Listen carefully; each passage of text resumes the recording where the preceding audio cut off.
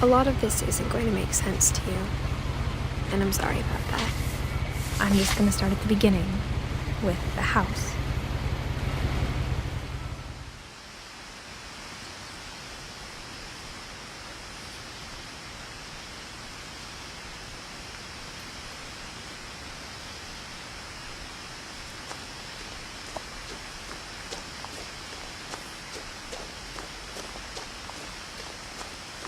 I lived here until I was 11, but I wasn't allowed inside half the rooms.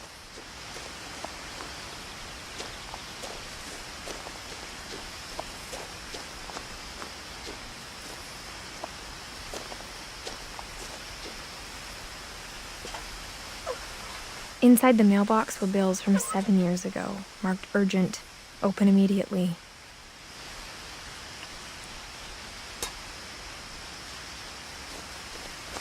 I hadn't been back since my brother Lewis's funeral.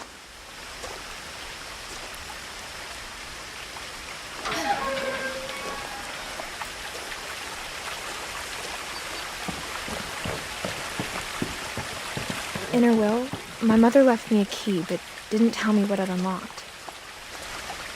Maybe she thought I'd know, or she thought that the mystery would be enough to bring me back.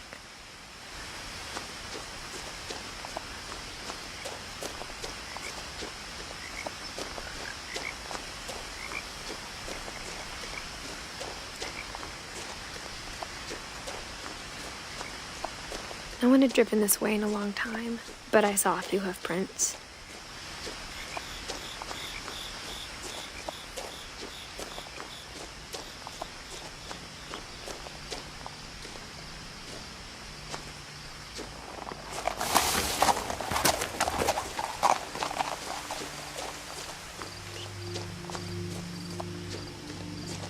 The truth is, even after I inherited the house, I never thought I'd come back to it. But now I had questions about my family that only the house knew the answers to.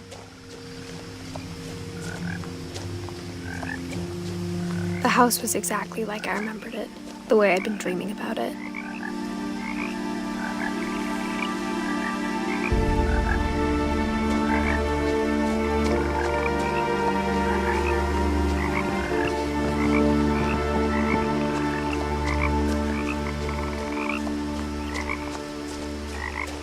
As a child, the house made me uncomfortable in a way I couldn't put into words.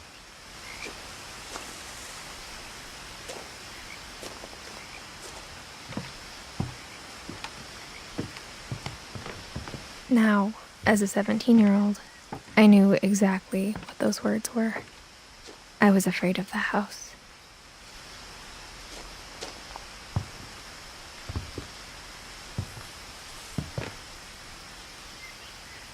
I hoped the key might unlock the front door.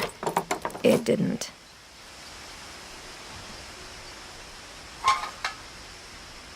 Looking in, I felt like the house itself had been waiting for me.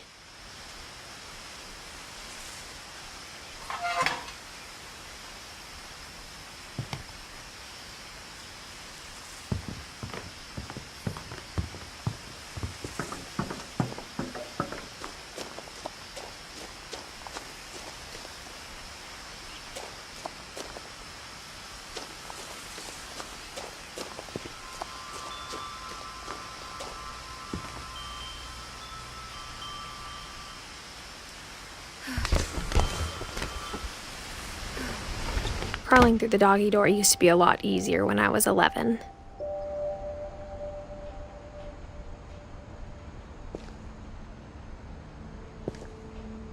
The power had been turned off the night we left.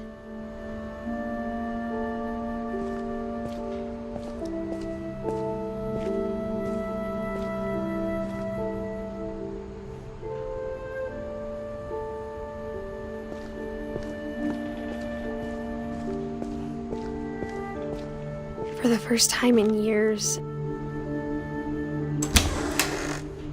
I felt like I was home.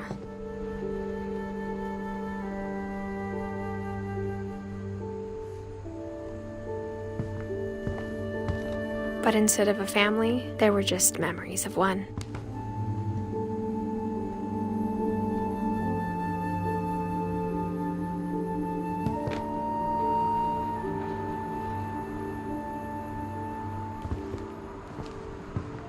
Like how only one restaurant would deliver to our house, so we had Chinese a lot.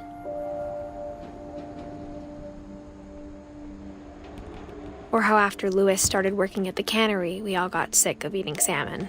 Except our cat, Molly.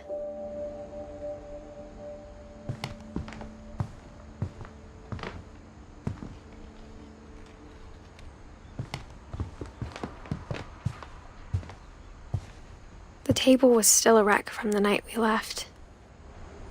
It was like a bomb had gone off, killing everyone but sparing the furniture.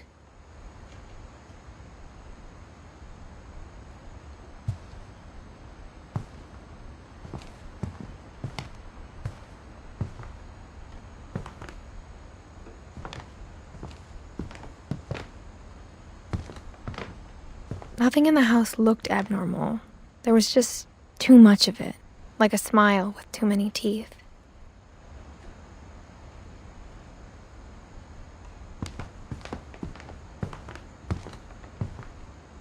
Even the fireplace had a story. Edie told me the bricks came from the original house, after it sank.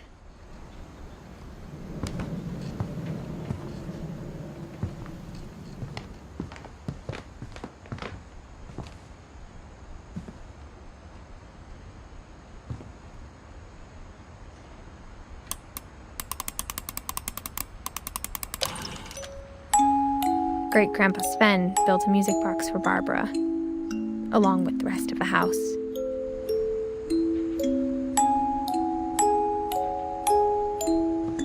Mom always told me to stay out of the basement, so I wasn't too surprised when the key didn't fit.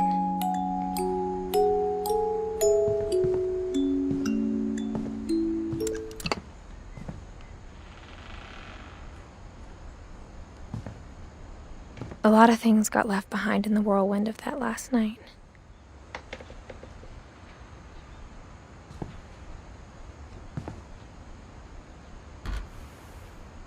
Edie told me once that every Finch who ever lived is buried somewhere in the library.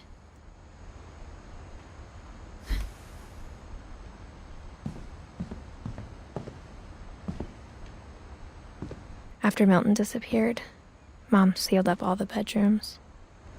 Then Edie retaliated and drilled peepholes.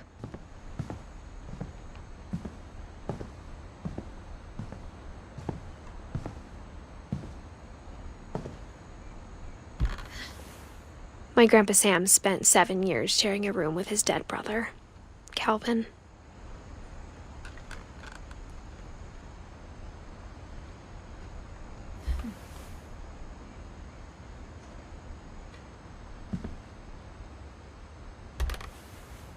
As a kid, I just assumed every house had peepholes and sealed rooms you weren't allowed inside of.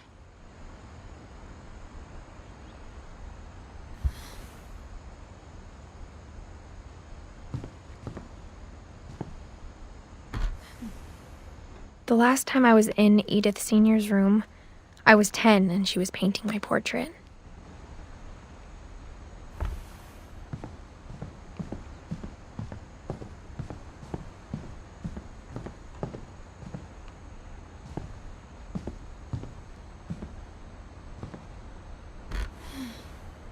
Molly always seemed like a girl I could imagine being friends with, if she hadn't died in 1947.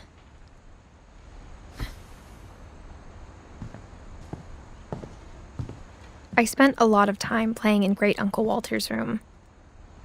I think my mom sometimes regretted not sealing it up. Louis told me there were secret passages, but I never believed him.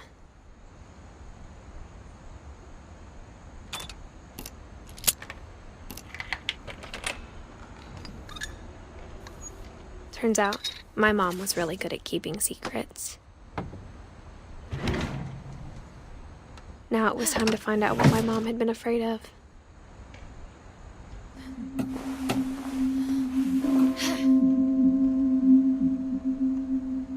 From the paintings on the wall, it was clear my brother Milton had been here before me.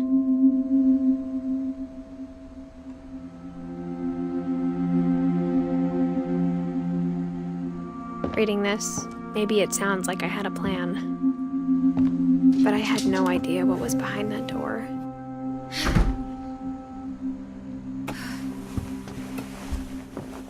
Just like I had no idea where all this was gonna lead.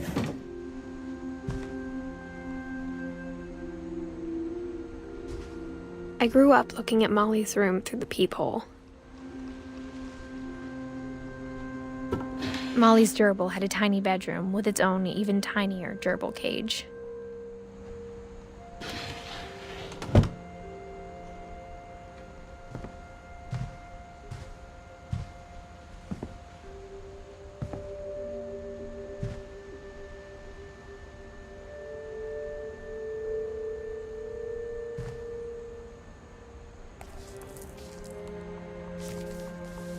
December 13th, 1947. Dear Diary, I'll be gone soon, but I wanted to tell somebody about what's gonna happen. It started when Mom sent me to bed without dinner. I woke up and I was starving, so I looked around for something to eat.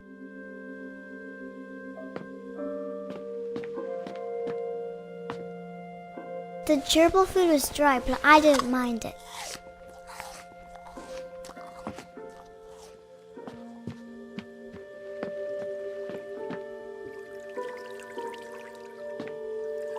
I thought about eating Christopher, but I held back.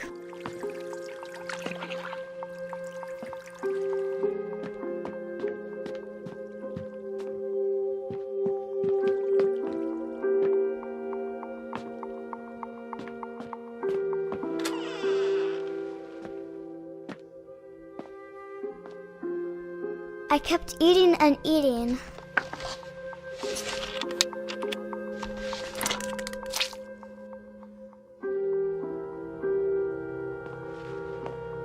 I ate a lot of things that night.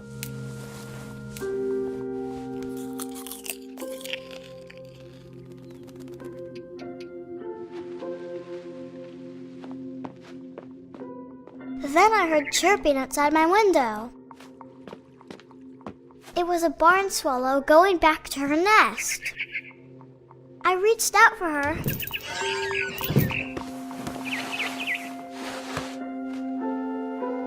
And suddenly,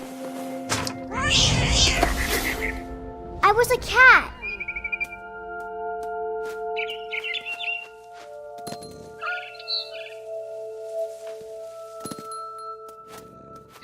I tried to be quiet, but the bird was really scared.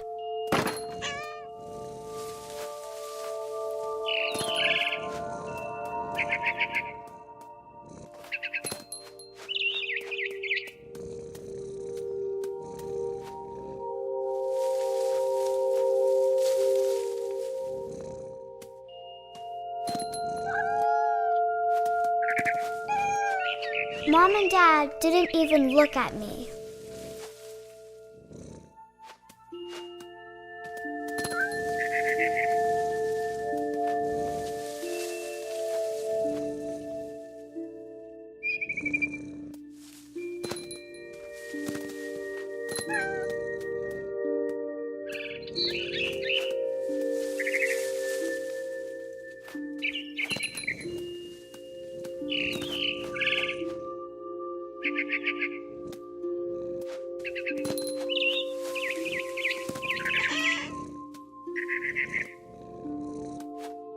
The babies were all gone.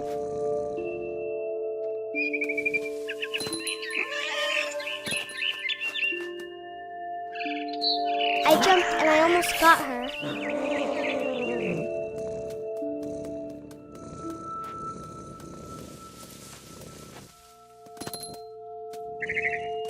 I could tell she was getting really tired.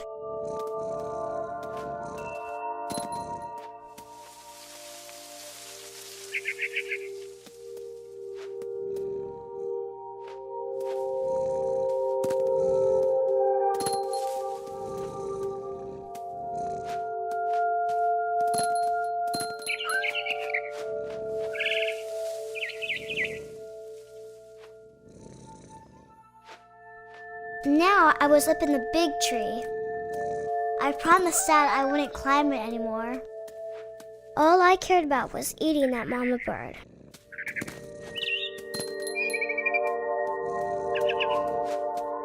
I gobbled her up. and suddenly I was an owl. First, all I heard was the wind. Then I heard little teeth nibbling in the grass.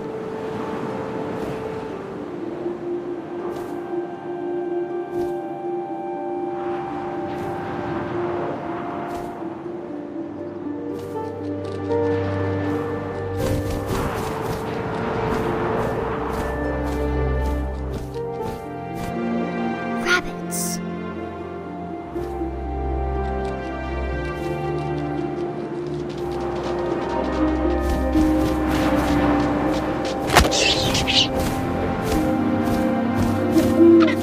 I imagined his face looking up and seeing mine through my talons. I swallowed him up, and I didn't chew one bit. Then I flew off to find something bigger.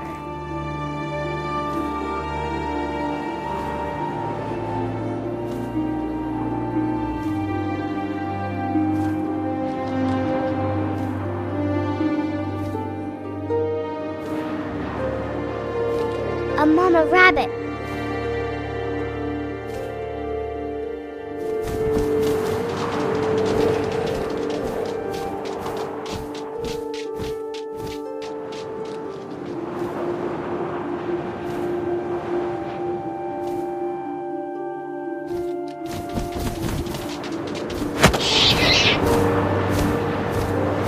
She was almost too big to carry. I started choking, but I couldn't stop eating. And suddenly, I was a shark.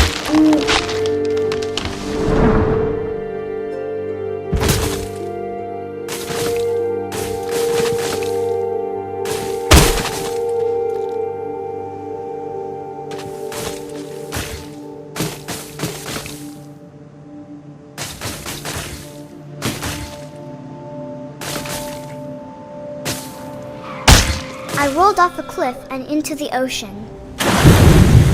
Now, I was hungrier than ever.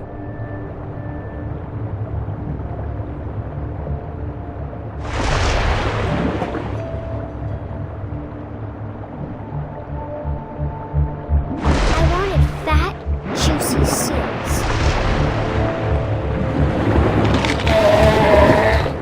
I tore off her flipper, and it tasted really good.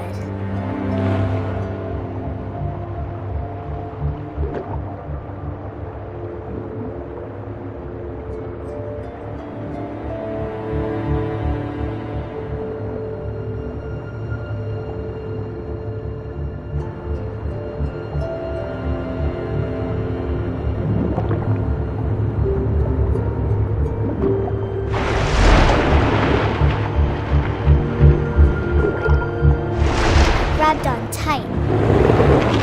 But I was so hungry, I jumped out of the water. When I opened my eyes, everything had changed.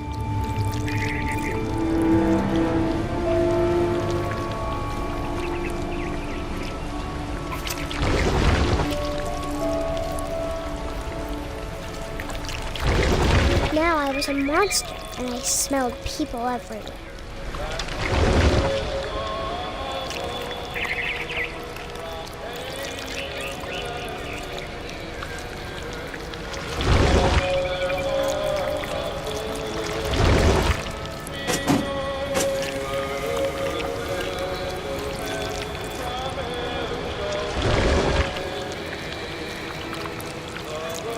I was big, and I moved real quiet.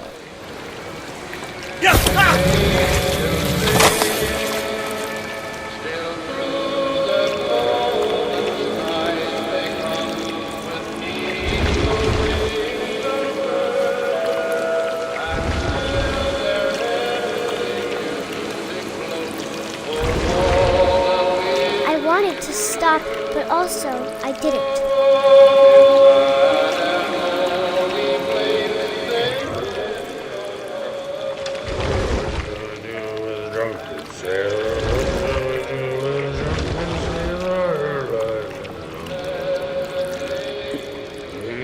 Belly with a rusty razor, his belly with a rusty razor, his belly with a rusty razor.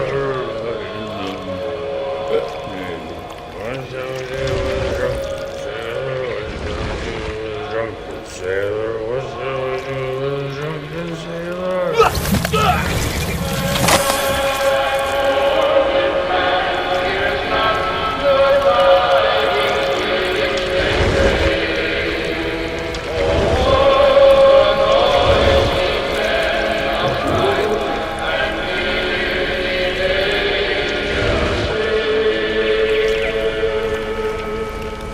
After the last passenger, I was still hungry. And to cross the water, I smelled something new. Something I had to have, so I swam towards it.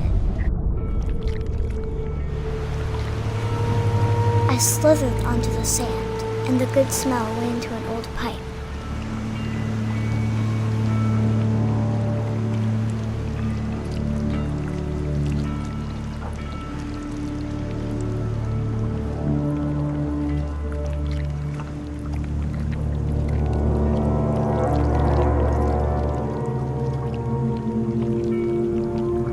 I got closer and closer.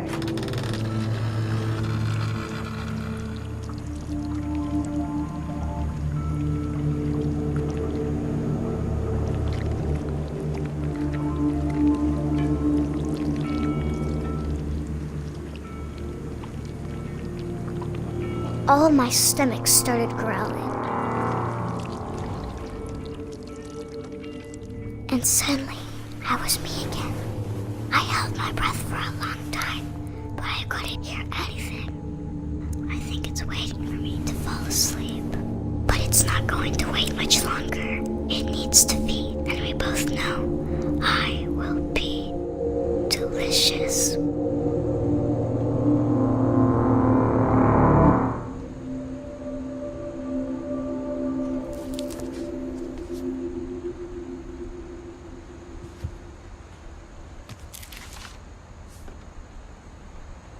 I'm not sure if I believed all of that, but I'm sure Edie would have.